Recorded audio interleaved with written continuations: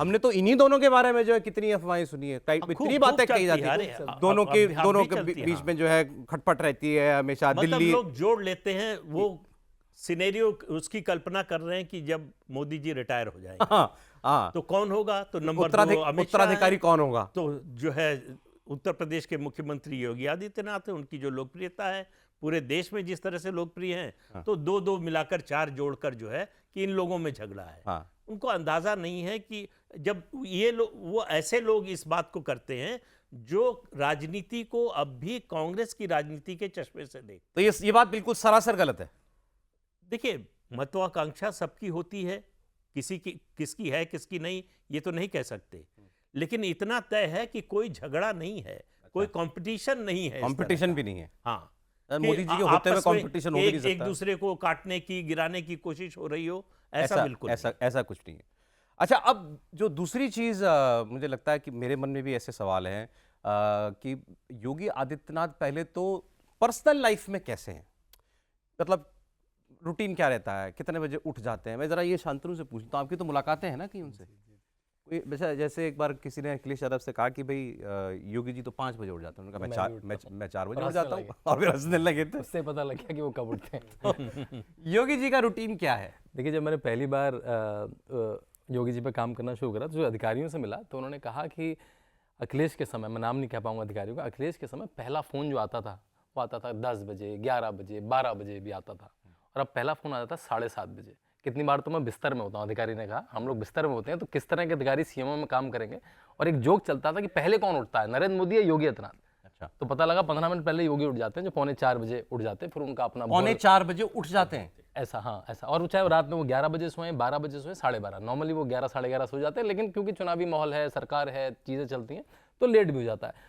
देखिए, मैं उनका एक बार मठ के जीवन में ले चलूँ। हाँ, बताइए। तो मठ का जीवन 3:45 बजे शुरू होता था, वो पूरा एक लठ सा लेके पूरे मठ में घूमते थे। बड़ा मठ है, अगर आप देखेंगे उसमें चलने में आपको 30-40 मिनट लग जाएंगे, गौशाला वौशाला सब घूम के आएंगे, और एक तरह से बजाते हुए कि सब उठ जाएं। वो एक तरह से वेकअप कॉल थी सबके लिए, सारे जितने कमरे हैं उसमें एक बार चल के आते थे, फिर वो गौशाला जाते थे, खाना खिलाते थे, फिर ऊपर जाते थे, अपने नित्यक्रम करके बैठ के कुछ ऊपर की मीटिंगें करते थे कि उनके बहुत सारे इंस्टीट्यूशंस हैं, उनके 40-44 इंस्टीट्यूशन है, बड़े बड़े इंस्टीट्यूशन, मतलब उनका नर्सिंग कॉलेज है, उनका 400 बेड का हॉस्पिटल है, उनके 5-5 हज़ार बच्चों के स्कूल हैं, कॉलेज हैं, और कई धर्मशालाएं हैं उनकी बहुत बड़ी। तो एक सीईओ की तरह ऑपरेट करते हुए दिखेंगे कि इसको हायर कर रहे हैं, इसको फायर कर रहे हैं, चेक साइन कर रहे हैं, जैसे एक बड़ी संस्था चलाते हैं वो करते थे। फिर वो नीचे आ जाते हैं, नीचे आते हैं तो जनता दरबार सेट हो चुका होता है तब तक, और फिर वो जनता दरबार लंबा चलता है, 2 घंटे भी चलता है, जितने लोग होते हैं सारे। अब भी जब वो गोरखपुर जाते हैं तो यही रूटीन है, गोरखपुर में अपना चलता है या मुख्यमंत्री आवास का अपना चलता है, दो जनता दरबार चलते हैं, वहां पे उनके स्टाफ चलाता है वो, और वो खुद जाते हैं तो और बड़ा व्यवस्था लगती है। और फिर वो अपना लंच करके फिर वो गांव में चले जाते हैं। एक दिन में 5 गांव, 6 गांव, 7 गांव पक्के हैं उनके।